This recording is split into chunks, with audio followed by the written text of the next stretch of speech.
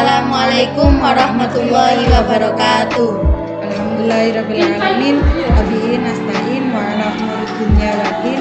Wassalatu wassalamu ala asrofil anbiya'i wal mursalin Sayyidina wa maulana Muhammadin wa ala alihi wa sahbihi ajma'in. Amma ba'du.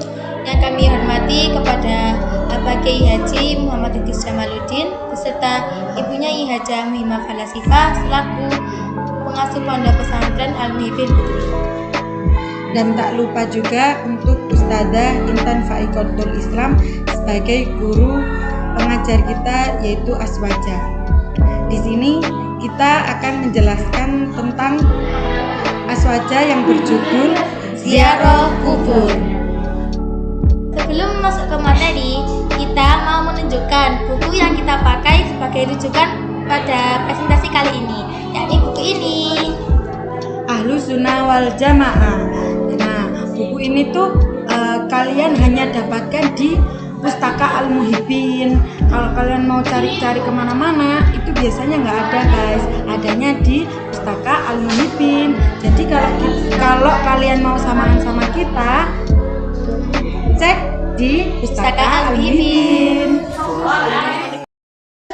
Kenapa sih ziarah kubur harus dibahas?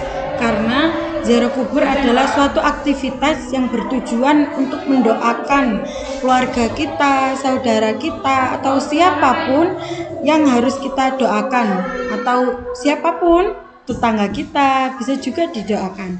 Dan juga ziarah kubur itu mengingatkan kita kepada kematian.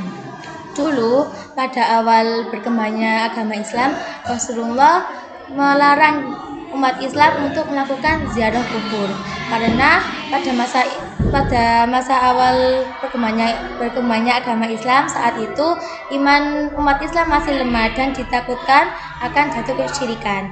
Lalu seiring berjalannya waktu, Rasulullah memperbolehkan umat Islam melakukan ziarah kubur karena semakin kuatnya iman umat Islam. Jadi, hukum ziarah kubur yaitu mubah atau boleh, bahkan dianjurkan oleh agama, baik untuk laki-laki maupun perempuan. Dasarnya adalah hadis Rasulullah yang berbunyi, An Buraidah qala Rasulullah sallallahu alaihi wasallam, "Qad kuntu nahaitukum an ziyaratil quburi faqad udina li Muhammadin fi ziyarati qabri ummihi fazuruha li annaha tudzakkirul akhirah." Dari sahabat Buraidah radhiyallahu an, Rasulullah sallallahu alaihi wasallam bersabda, "Dulu aku pernah melarang kamu melakukan ziarah kubur. Tapi sekarang Muhammad telah diperintah untuk berziarah kubur pada makam ibunya. Maka berziarahlah, karena perbuatan tersebut dapat mengingatkanmu pada akhirat." Adapun salah satu sabda dari Rasulullah Shallallahu Alaihi Wasallam, barang siapa yang mengunjungi makam kedua orang tuanya atau salah satu dari mereka pada hari Jumat, maka dosanya akan dicabut atau diambil atau apapun deh, pokoknya dihapuslah dosanya dan dicatat sebagai anak yang berbakti kepada orang tua. Lalu yang nomor 3 yaitu menjaga kesopanan berpakaian. Seperti apa sih, apa saja yang harus dijaga atau aturan apa aja yang harus diperbolehkan masuki makam? Itu untuk yang perempuan harus memakai kerudung atau hijab, berpakaian yang sopan, bajunya nggak boleh yang terbuka-buka, roknya juga nggak boleh rok mini. Laki pun juga itu harus berkopiahan, baju kokoh kalau bisa, baju yang muslim, busana muslim, sarungan atau celana yang panjang. Selanjutnya ketika akan duduk disunahkan untuk diperbolehkan untuk membaca qasidah, itu seperti Salamullah ya sada minar rahmani yang syakum. Seperti itu ya. Kalau kalian mau cari seperti kita qasidah itu, kalian harus cari qasidah ziarah kubur di Google. Nah itu pasti akan keluar. Ya, selanjutnya ketika kan sudah membaca qasidah ya, ketika akan duduk membaca salam. bisa Assalamualaikum ya ahlal kubur minal muslimin wal muslimat wal mu'minin wal mu'minat antum salafun minna wa nahnu insyaallah bikum lahikun. Atau boleh dengan pendeknya membaca Assalamualaikum ya ahlal kubur, itu juga boleh mengucapkan salam seperti itu.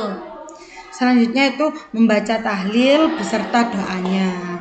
Setelah itu, setelah rangkaian tahlil beserta doanya, kalian merenungkan diri, berdoa, meminta hajat kepada Allah, seperti ketetapannya iman, jernihnya hati, terus apapun hajat yang kalian utarakan. Setelah memanjatkan hajat selesai, lalu membaca Maulaya sholli wa sallim daiman abadan. Pengingat, kita melakukan ziarah kubur ini hanya sebagai wasilah atau perantara untuk mengabulkan doa kita.